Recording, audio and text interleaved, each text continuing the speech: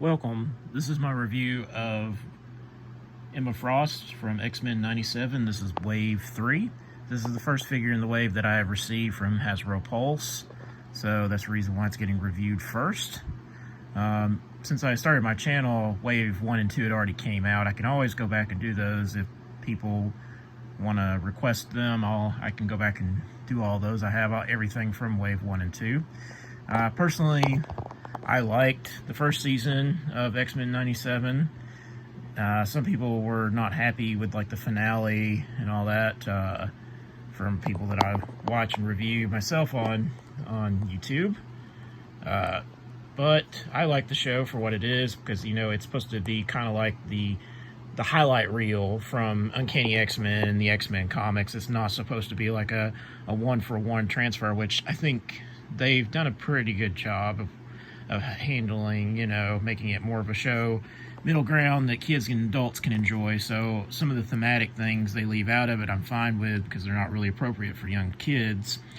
But with that said, let's get to the figure. So this is Emma Frost. Apparently she's going to appear in season 2 of X-Men 97, or maybe not. She did appear as a cameo a lot of the times in shots in the original animated series back in the 90s. She is a pinless figure. We can start with that. But I'm going to go ahead and start with the most glaring thing that immediately annoyed me about this figure from the start. And it's this stupid cloak, cape thing that she wears. You can only get her arms to here. And you can kind of push this up a little bit to get a little bit more arm movement, but not really. So her arms are almost basically useless except from like the elbow down. You can kind of move it like that.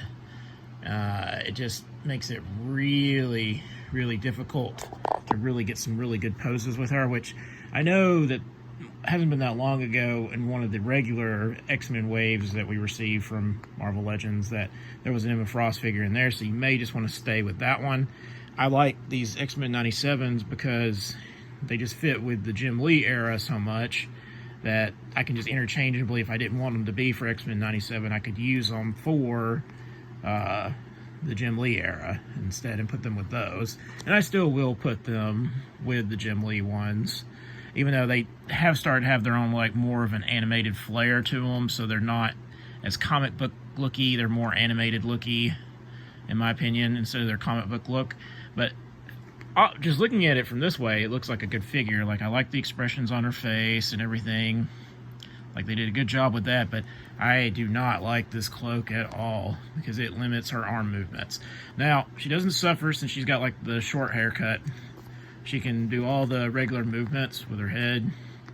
I mean, she can't look all the way up. She can kind of look down a little bit.